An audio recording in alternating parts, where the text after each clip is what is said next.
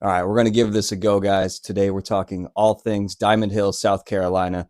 This is a place that's been on my list for quite some time, and now that I live in the Southeast, I finally got a chance to go last month. I'm going to go ahead and put some little chapters at the bottom because I might ramble on a little bit in this one. That way you guys can skip around. Otherwise, last month there was a cool event, a group on Facebook called Rockhound Connections and Events. They got I'd say about 100 to 200 people out there on a Monday. And Diamond Hill itself is a popular paid dig site down here in Abbeville, South Carolina. And normally it's 20 bucks a person to go out there and dig, but there was a little bit something special for this time.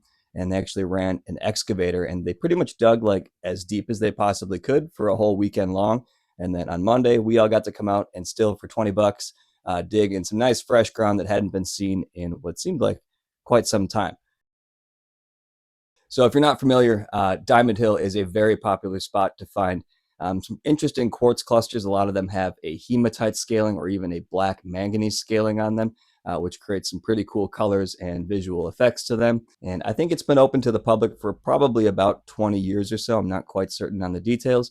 With that being said, people have a lot of opinions about this place. I've heard anything from it is completely picked over. It's not even worth your 20 bucks to go on out here and dig, all the way to the complete opposite, that people are still pulling out world-class pieces from here if you just dig far enough down. So over the course of the day that we were digging, we opened up about 4 different holes at various different elevations.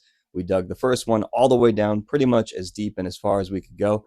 And I think that's essentially where we found the largest material. And then as we kept on moving upwards, we tended to find pieces that were a little bit different in character. We found a little bit more color as far as like the manganese coated and the hematite coated crystals. Those were found a little bit higher in elevation. Essentially, in our experience there, we didn't really find pockets per se. I would call it more of like little hot zones almost, or areas where you tend to find a whole bunch in one small 2 or 3 foot area.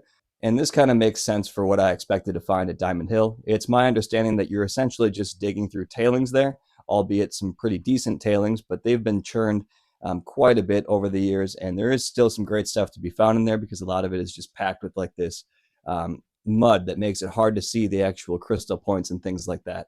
So I'm just trying to show essentially the best finds that we all had. A lot of this material, we had no idea what we really had until we got it home and got to clean it off with just the garden hose attachment. And we were probably about 20 to 25 feet down, I'd say, from the top of Diamond Hill at flat ground all the way to pretty much as far as they could get the excavator down. So if you're looking for larger stuff, I'd say that deeper down did tend to seem better. But as far as the pieces that I think were our favorites, we had some really cool stuff that they called Halloween quartz out there, which is kind of like this mix of clear quartz, the hematite coated orange, and then also the manganese coated black, which made a really cool triple contrast in a single piece. And it even had a little bit of iridescence on it, which was cool.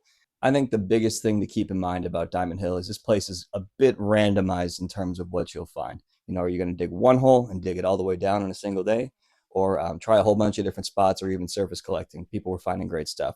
So it's a bit random in that regard. You're not digging through like crystal seams or pockets on a hard wall or things like that. However, I will say for 20 bucks, the amount of stuff that we pulled out of there and the amount of fun that we had was absolutely worth it. I would go back in a heartbeat, and hopefully want to try to spend maybe, 2 or 3 days out there with a couple of friends digging a real nice and deep hole and seeing what we can pull out of there. But yeah, for the time being and for the cost of only 20 bucks a person, Diamond Hill is fantastic. It's a little bit off the beaten path, but if you're kind of in the Clemson area of South Carolina, it should absolutely be a little place to add to your itinerary to go ahead and make a stop.